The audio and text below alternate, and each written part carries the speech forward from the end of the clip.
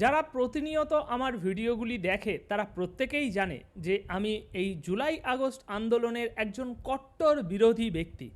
কিন্তু আজ তাদেরকে অবাক করে দিয়ে আমি বলতে চাই যে এই ভিডিওটি আমি বানাতে বসেছি সেই জুলাই আগস্টে যারা মারা গিয়েছে, তাদের ভাষায় যারা শহীদ হয়েছে এবং টিল ডেট যারা তিলে তিলে ধুকে ধুকে আজ মারা যাচ্ছে, তাদের হয়ে, তাদের সমর্থনে এই ভিডিওটি বানাতে বসেছি। তাদের হয়ে আজ আমি আওয়াজ তুলতে বসেছি। হয়তো রীতিমতো আপনারা অবাক হচ্ছেন যে যে ভাই, যে জুলাই আগস্টকে তুমি একেবারেই সমর্থন করো না, কট্টর বিরোধী, সেই জুলাই আগস্টে যারা নিহত হয়েছে তাদের সমর্থনে ভিডিও বানাতে বসেছো।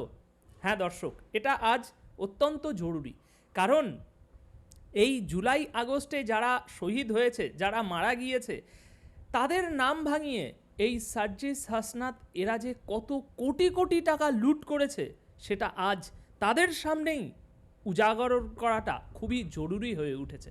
দর্শক, এই যে ঘটনাটি ঘটেছে, এই ঘটনাটি একেবারে স্পষ্ট করে আমরা অনেকেই হয়তো ইতিমধ্যে এই ধারণাটা পোষণ করি, মানে জুলাই বিরোধী যারা আছে তারা হয়তো এই ধারণাটা পোষণ করে যে এই জুলাই আগস্ট ফাউন্ডেশন এবং এই জুলাই আগস্ট শহীদদের এইসব নাম ভাঙিয়ে কোটি কোটি টাকার দুর্নীতি করেছে এই সার্জিস হাসনাত এরা, এবং তাদের পার্টি অফিস চালাচ্ছে, সমস্ত কার্যক্রম চালাচ্ছে, গাড়ি বহর নিয়ে উড়ে বেড়াচ্ছে, এই সমস্ত টাকা দিয়ে তারা এই সব করছে। এগুলো আমরা সন্দেহ পোষণ করি, কিন্তু যারা এই জুলাই আগস্টের সমর্থনকারী জনগণ আছে তারা তো এমনটা সন্দেহ পোষণ করে না, তাই না? তারা তো মনেই করে না যে তাদের নাম ভাঙিয়ে এই তথাকথিত সমন্বয়করা কোটি কোটি টাকা দুর্নীতি করেছে, কোটি কোটি টাকা নিজেদের পকেটে ঢুকিয়েছে তাদের রক্তের বিনিময়ে। এটা আজ প্রমাণ করা দরকার। এই যে একটা ভাই আজ মারা গিয়েছে, সেই ভাইটা কিভাবে মারা গিয়েছে, কিভাবে সে গুলিবিদ্ধ হয়েছিল, এবং সেই 5ই আগস্ট থেকে গুলিবিদ্ধ হয়ে আজ কেন মারা গেল, এই দীর্ঘ সময়কালে তার সাথে কি হয়েছে, কারা এসেছিল তার পাশে, কারা ছিল না তার পাশে, এই ঘটনাটি এখন আমি যখন আপনাদের সামনে উপস্থাপন করব, আমার আওয়ামী লীগ সমর্থিত ভাইদের জন্য নয়, এটা এই জুলাই আগস্টের চেতনা ধারণ করে যারা, এই জুলাই আগস্টের শহীদদের সম্মান করে যারা, তাদের জন্য এই ভিডিওটি, তাদের চোখ খুলে দেওয়ার জন্য এই ভিডিওটি, যে তাদের এই তথাকথিত নেতারা যে রক্তের উপরে মানে বসে এই ক্ষমতা, আজকে ক্ষমতার স্বাদ নিচ্ছে, সেই রক্তের সাথে তারা কত বড় বেইমানি করেছে, যে রক্ত ডিঙিয়ে তারা এই ক্ষমতার স্বাদ নিচ্ছে, সেই রক্তের সাথে তারা কত বড় জালিয়াতি করেছে। দর্শক, আসুন এই এই এই ভাইয়ের গল্পটি আপনাদেরকে একটু শোনাই, তার মৃত্যুর কাহিনীটি। আপনাদের জুলাই শহীদ, এই এক শহীদের আজ শহীদ হয়েছে, 5ই আগস্ট শহীদ হয়নি, কিন্তু কিভাবে ধুকে ধুকে তার জীবনটা গিয়েছে, এবং সেখানে জুলাই ফাউন্ডেশনের কি বক্তব্য, সেটা শুনলেই আশা করি সব স্পষ্ট হয়ে যাবে।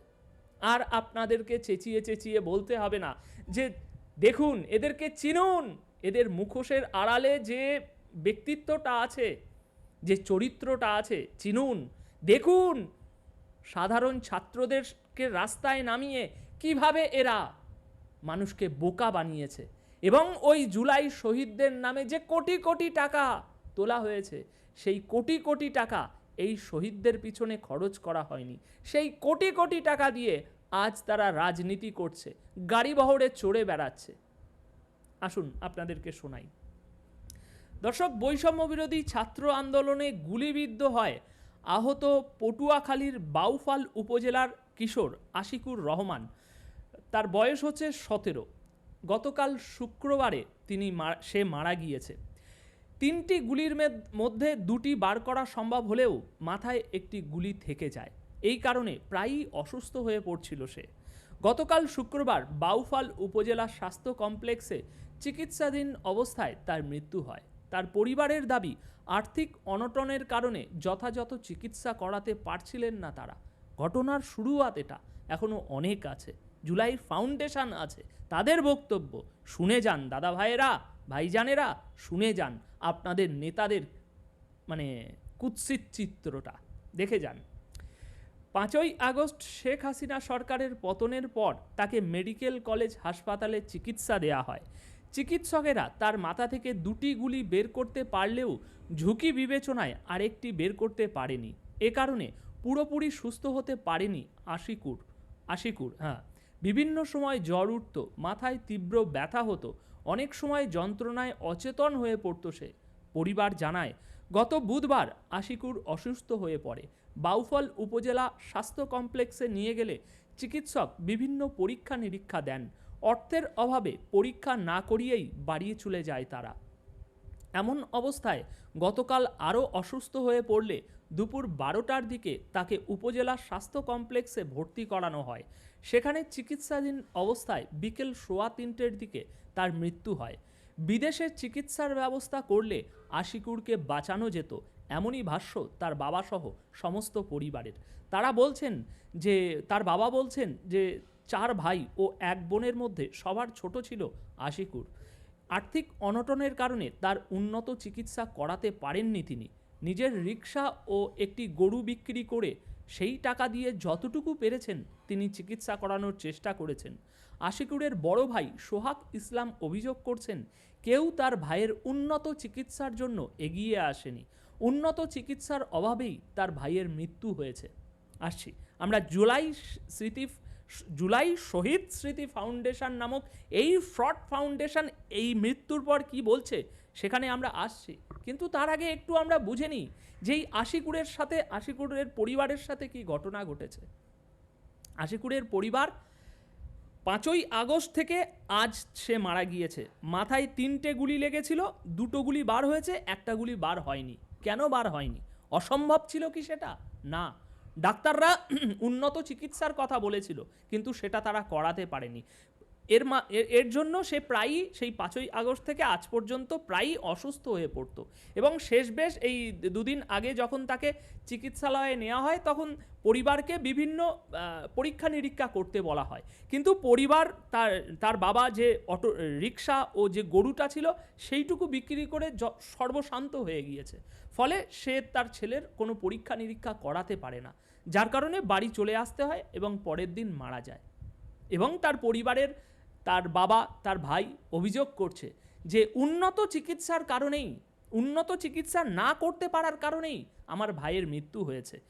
তার উন্নত চিকিৎসার সাহায্যের জন্য কেউই এগিয়ে আসেনি, এটা তার পরিবারের অভিযোগ। সুতরাং আজ আপনাদের কাছে আমি এক আওয়ামী লীগ কর্মী হয়ে দাবি করছি, এই ছোট ছোট যে শিশু, যে ছাত্ররা মারা যাওয়ার কারণে আপনারা শেখ হাসিনা ও আওয়ামী লীগকে যেভাবে দোষারোপ করেন আমি মেনে নিচ্ছি, আমি বুঝতে পারছি আপনাদের অভিযোগ, আপনাদের ব্যথা যন্ত্রণা, কিন্তু আজ তো তার থেকেও বেশি অভিযোগ করা দরকার আপনাদের। এই সার্জিস হাসনাত নামক যে ধোকাবাজরা রয়েছে, যে তথাকথিত সমন্বয়করা রয়েছে, যারা আপনাদেরকে ব্যবহার করে নিজেরা এখন এসি ঘরে 5 স্টারে ডিনার করছে, আপনাদের রাগটা তো তাদের উপরে আরো বেশি চড়াও হওয়া দরকার। কারণ শেখ হাসিনা, আমি মেনে নিচ্ছি শেখ হাসিনা সে স্বৈরাচারী শাসক ছিল, সে ক্ষমতায় থাকার জন্য এই গণহত্যা চালিয়েছে, সেটা তার ধর্মে বোঝা যাচ্ছে যে সে ক্ষমতায় থাকার জন্য এমনটা করেছে। কিন্তু এই নাহিদ, সার্জিস, হাসনাত এরা তো ধোঁকা দিয়েছে আপনাদেরকে, আপনাদের বুকে ছুরি মেরেছে। কারণটা আর বলে আপনাদের সময় নষ্ট করাতে চাই না, মনে ব্যথাও দিতে চাই না, কারণটা আপনারা বুঝতে পারছেন। কোটি কোটি টাকা এই শহীদদের জন্য তোলা হয়েছে, কোথায় গেল সেই কোটি টাকা? সেই কোটি টাকা আজও ব্যাংকে হিসেব রয়েছে। বন্যার ত্রাণের জন্য এত কোটি কোটি টাকা আজও ব্যাংকে পড়ে রয়েছে। এই জুলাই স্মৃতি শহীদ ফাউন্ডেশনে এখান থেকে এত বস্তা টাকা, ওখান থেকে এত বস্তা টাকা এসেছে, সব আমরা হিসেব পেয়েছি, দেখেছি কত টাকা আছে। কিন্তু সেই টাকাগুলো কাদের পিছনে খরচা করা হচ্ছে? এত কোটি টাকা শহীদদের জন্য থাকা সত্ত্বেও কেন এই ভাইটা এইভাবে মারা গেল বিনা চিকিৎসায়? কেন তার বাবাকে তার শেষ সম্বল গরু আর অটোরিকশাটা বেচতে হলো? কেন তার ভাই আজ বলছে যে আমাদেরকে সাহায্য করার জন্য কেউ এগিয়ে আসেনি? এই রক্তের উপরে ভর করেই না আজ এরা 5 স্টারে খাচ্ছে, গাড়ি বহর নিয়ে ঘুরছে, রাজনৈতিক দল তৈরি করে কোটি কোটি টাকা খরচা করতে পারছে, এত বড় নির্বাচনে এতগুলো প্রার্থী দিতে পারছে। এই রক্ত পার করে এসেই না তারা এটা করছে? এই শহীদ শহীদ চেঁচিয়ে চেঁচিয়েই তো তারা রাজনীতি করছে, তাই না? তাদের রাজনীতি যে উজ্জ্বল হচ্ছে সেটা তো এই শহীদদের জন্য। আমাদের শহীদদের রক্ত বৃথা যেতে দেব না। কত বড় জোচ্চোর, কত বড় বাটপার এরা! আমাদের শহীদদের রক্ত বৃথা যেতে দেব না। কিন্তু আজ তাদের কারণেই তাদের ভাইয়েরা, আপনার ছেলে আপনার ভাইয়েরা আজ তাদের কারণেই মাটিতে যাচ্ছে। এই ছেলেটা তো শহীদ হয়নি, এই ছেলেটা তো বেঁচে ছিল। শুধুমাত্র তাদের অবহেলার কারণে আজ তো এই ছেলেটা মাটিতে গেল, তাই না? তাহলে এদেরকে কি আপনি ক্ষমা করবেন? এদের বিরুদ্ধে আওয়াজ তুলবেন না? এরা তো শেখ হাসিনার থেকেও বেশি বাটপার, বেশি স্বৈরাচার। ক্ষমতায় যাওয়ার জন্য তারা কি করছে, কি করেছে, এখনো কি করছে? আসুন আপনাদেরকে জানাই যে এই জুলাই শহীদ ফাউন্ডেশন এখন কি বলছে। দর্শক, জুলাই শহীদ স্মৃতি ফাউন্ডেশনের কেন্দ্রীয় কার্যনির্বাহী তিনি বলছেন যে আশিকুরের পরিবারকে আর্থিক অনুদান পাওয়ার ব্যাপারে সর্বাত্মক সহযোগিতা করা হবে। এখন বুকের ছেলেটা মারা গিয়েছে, মারা যাওয়ার পর এখন স্মৃতি ফাউন্ডেশন বলছে যে তার ছেলে মারা যাওয়ার কারণে আর্থিক সহায়তা প্রদান করার জন্য সর্বাত্মক সহযোগিতা করা হবে। অথচ যখন ছেলেটা বেঁচে ছিল, দীর্ঘ 7 মাস ধরে ধুকে ধুকে মরছিল, তখন এই জুলাই স্মৃতি ফাউন্ডেশনকে দেখা যায়নি। অথচ কোটি কোটি টাকার সম্পত্তি তৈরি করেছে এই জুলাই স্মৃতি শহীদ ফাউন্ডেশন। কোথায় যাচ্ছে সেই টাকা? জাতীয় নাগরিক পার্টিতে? বৈষম্য বিরোধী ছাত্র আন্দোলনে আহত ব্যক্তিদের তালিকায় আশিকুরের নাম আছে জানিয়ে উপজেলা নির্বাহী কর্মকর্তা ইউএনও আনিমুল ইসলাম বলেন, আহত ব্যক্তির তালিকায় নাম থাকলেও আর্থিক সহায়তার জন্য কোনো আবেদন করেননি পরিবার। কত বড় জালিয়াতি, কত বড় বাটপার তারা! ভেবে দেখুন, তার পরিবার তাদের শেষ সম্বল যেটা সব বেচে দিচ্ছে। তার পরিবার পয়সা না থাকার কারণে তার বুকের যে মানিক তার কোনো চিকিৎসা না করিয়ে বাড়ি ফিরিয়ে আনছে, জানে মারা যাবে। কিন্তু তা সত্ত্বেও নাকি তার পরিবার জুলাই স্মৃতি শহীদ ফাউন্ডেশনে সাহায্যের জন্য যায়নি। এটা কোনো মেনে নেওয়ার কথা? এই পরিবারটা তো জানতো যে 5ই আগস্টে আমার ছেলে এরকম আহত হয়েছে, বৈষম্য বিরোধী ছাত্র আন্দোলনের আহত ব্যক্তিদের তালিকায় আমার ছেলের নাম আছে। এটা তো জানার কথা না? তার পরিবার জানে না, এরকম বললে আমরা কি তাদেরকে সহজে ছেড়ে দেব? এটা তার পরিবার জানে, কিন্তু জানা সত্ত্বেও তার পরিবার তার ছেলের জন্য কোনো সাহায্য চাইতে যায়নি, এমনটাই দাবি করছে এই জুলাই শহীদ স্মৃতি ফাউন্ডেশন। কেন দাবি করছে? কারণ তার পরিবার আর এসে ক্লেম করবে না যে আমাদেরকে টাকা দেওয়া হয়নি। তাদেরকে এবার কিছু টাকা দিয়ে চুপ করিয়ে দেওয়া হবে। আহত ব্যক্তির করিনি, যেহেতু এখন সে মারা গেছে, সরকারিভাবে ওই পরিবারের সহায়তার ব্যাপারে সর্বাত্মক চেষ্টা করা হবে। যেহেতু এখন সে মারা গেছে, তাই কিছু হাজার টাকা দিয়ে ল্যাটা চুকিয়ে দেওয়া হবে। অথচ এই ছেলেটা যখন জীবিত ছিল তখন কেউ তার পাশে এসে দাঁড়ায়নি, তার বড় ভাই বলছে। সুতরাং এই ভিডিওটির মাধ্যমে জুলাই শহীদদের প্রতি ভালোবাসা, অভিনন্দন বা সম্মান, গৌরব যারা রাখে, যারা পোষণ করে, তাদের কাছে আমার একটাই বক্তব্য, একটাই প্রশ্ন। আপনারা এই ঘটনাটি শোনার পর, আপনাদের এই ঘটনাটি বোধগম্য হওয়ার পর, সব কিছু বোঝার পর, এই নাহিদ সার্জিসদের ব্যাপারে আপনারা কি ভাবনা পোষণ করবেন এবার? আমি জানতে চাই একটু। শেখ হাসিনা স্বৈরাচার ছিল, তাই এতগুলো হত্যা করেছে, কিন্তু এরা তো আপনাদেরকে স্বাধীনতার স্বাদ দেখায়, এরা তো গণতন্ত্রের কথা বলে, এরা তো বৈষম্যহীন বাংলাদেশের কথা বলে, এরা তো শহীদদের রক্ত বৃথা যেতে দেব না এই স্লোগান দিয়ে নিজেদের রাজনৈতিক ক্যারিয়ার তৈরি করছে। তাহলে এরা কি ভণ্ড না? আপনাদের কি মনে হয়? কমেন্ট বক্সে আপনাদের মতামত অবশ্যই রেখে যাবেন। ধন্যবাদ আপনাদের সকলকে।